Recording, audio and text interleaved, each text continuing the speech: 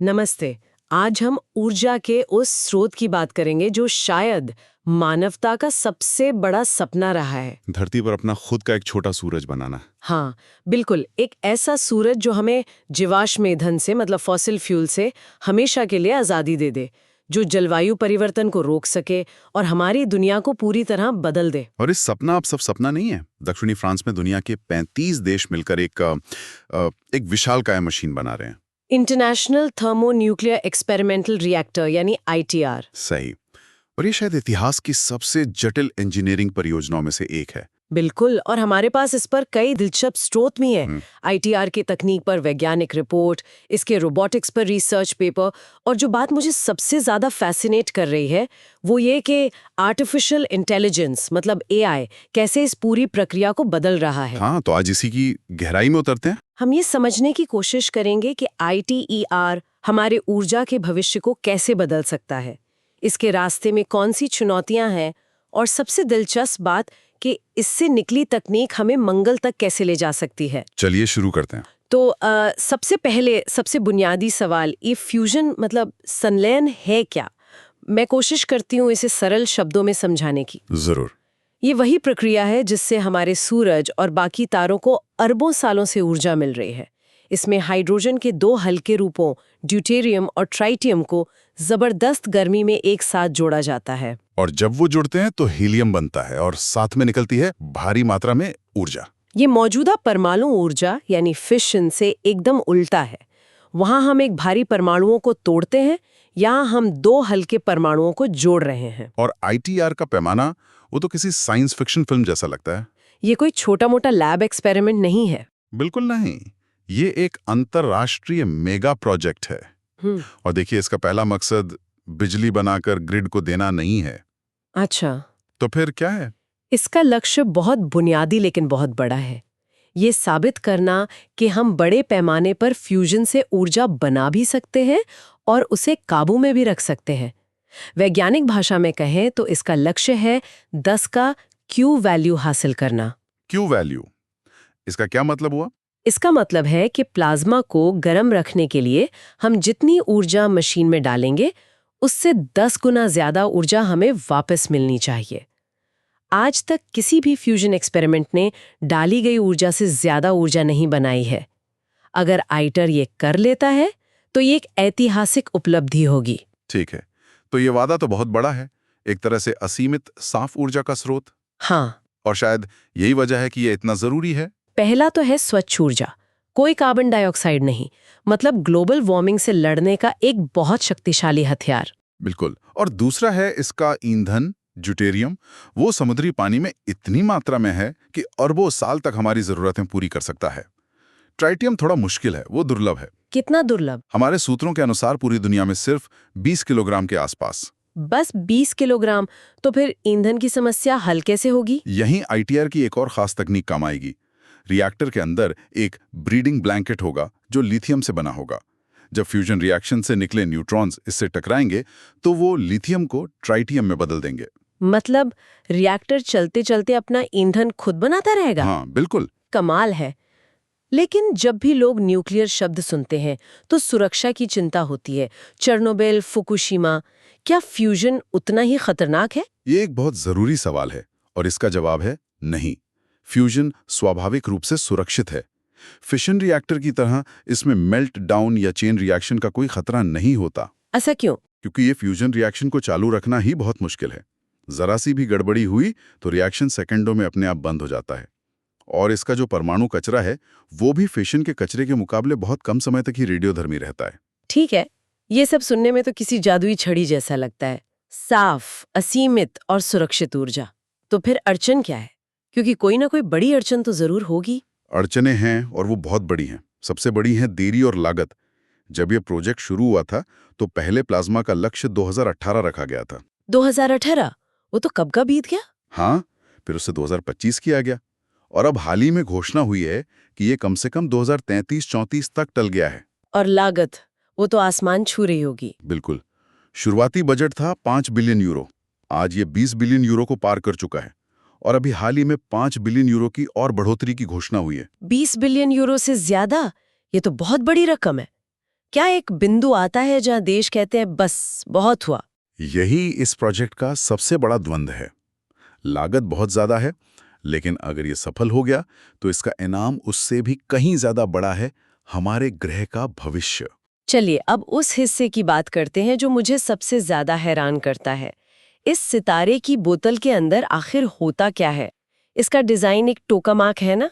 Donut के आकार का एक वैक्यूम बर्तन। हाँ, और इस डोनट के अंदर हाइड्रोजन ईंधन को 15 करोड़ डिग्री सेल्सियस तक गर्म किया जाता है। 15 करोड़ डिग्री? हाँ, ये सूरज के केंद्र से भी 10 गुना ज्यादा गर्म है। इस तापमान पर पदार्थ प्लाज्मा बन जाता है। सबसे बड़ी चुनौती इस आग के गोले को, मतलब प्लाज्मा को, एक जगह कैद करके रखना है। और इसे कैद करने के लिए चुंबकों का इस्तेमाल होता है, सही?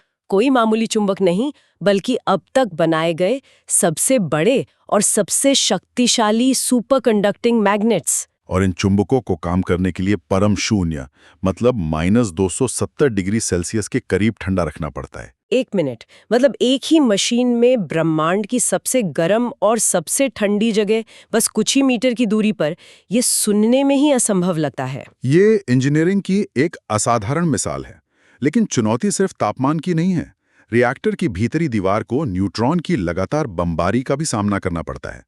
एक बड़ी समस्या है स्पटरिंग, जिसमें दीवार के कण टूटकर प्लाज्मा में मिल जाते हैं और उसे ठंडा कर देते हैं। तो आपके पास ये सुपर हॉट, बेहद अस्थिर प्लाज्मा है जो एक छोटी सी गड़बड़ी पर पूरे सिस्टम को बंद कर सकता है।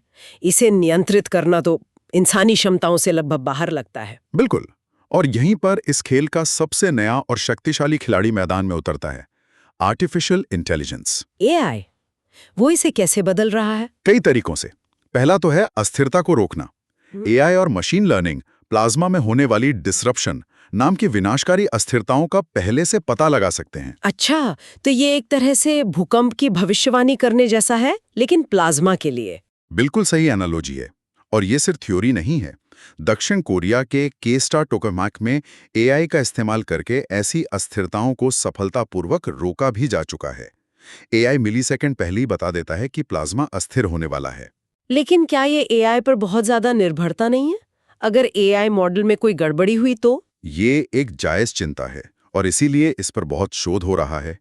एआई को हजारों प्रयोगों के डेटा पर ट्रेन किया जाता है और इसका दूसरा बड़ा काम है अनुसंधान की रफ्तार को बढ़ाना। एआई मॉडल उन गणनाओं को लाखों गुना तेज कर सकते हैं जिनमें पहले सुपर कंप्यूटर को घंटों लगते थे। और ये टोकामाक तो बहुत सारा डेटा भी पैदा करते होंगे। अनगिनत। एक एक एक्सपेरिमेंट से टेराबाइट्स में डेटा निकलता है। इंसान के लिए उसका विश्लेषण करना संभव नहीं है। मशीन लर्निंग इस डेटा का रियल टाइम में विश्लेषण करने में मदद करता है। ठीक है, तो एआई इसका दिमाग है, लेकिन जब मशीन में कोई पुर्जा खराब हो जाए तब क्या?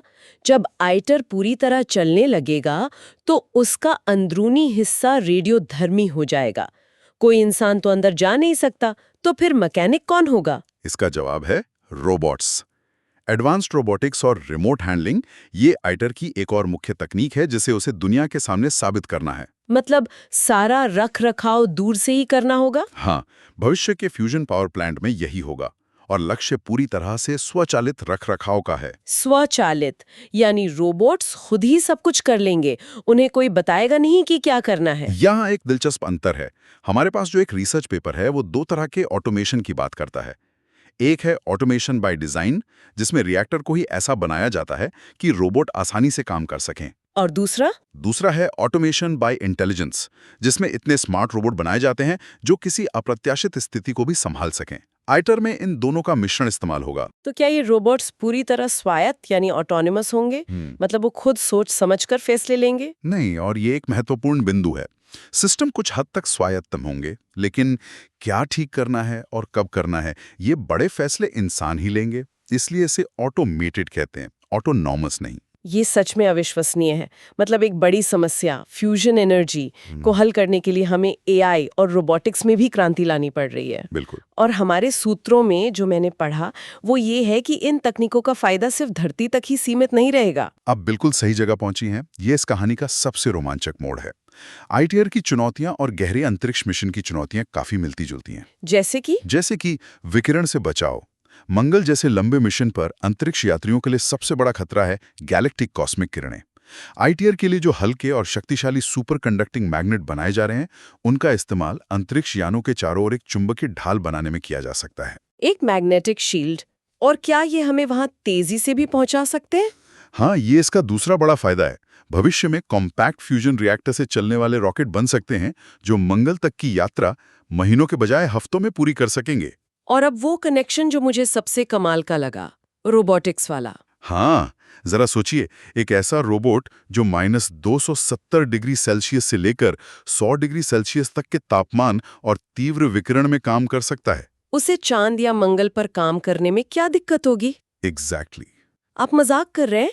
मतलब जो रोबोट फ्रांस में एक न्यूक्लियर रिएक्टर को ठीक करने के लिए बन रहा है, वही रोबोट कल मंगल पर हमारा घर बना सकता है? ये मजाक नहीं है। आईटीआर के स्वचालित रोबोटिक सिस्टम का इस्तेमाल सीधे चांद या मंगल पर निर्माण कार्य के लिए किया जा सकता है। नासा का एक प्रोजेक्ट पहले से ही वहां की मिट्टी का उपयोग करके रोबोटिक 3D प्रिंटिंग पर काम कर रहा है। तो फ्यूजन में महारत हासिल करना सिर्फ बिजली के लिए नहीं है, ये हमें एक ऐसी प्रजाति बना रहा है जो अपने ग्रह से बाहर निकल सकती है।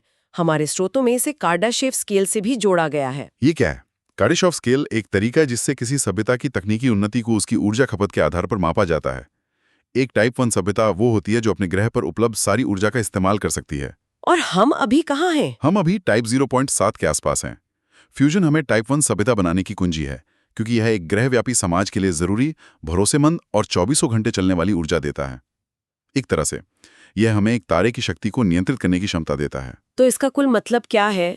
हमने फ्रांस में एक विशाल, देरी से चल रहे और बेहद महंगे वैज्ञानिक प्रयोग से बात शुरू की थी, लेकिन अब ये साफ है कि आईटीईआर से कहीं ज्यादा है।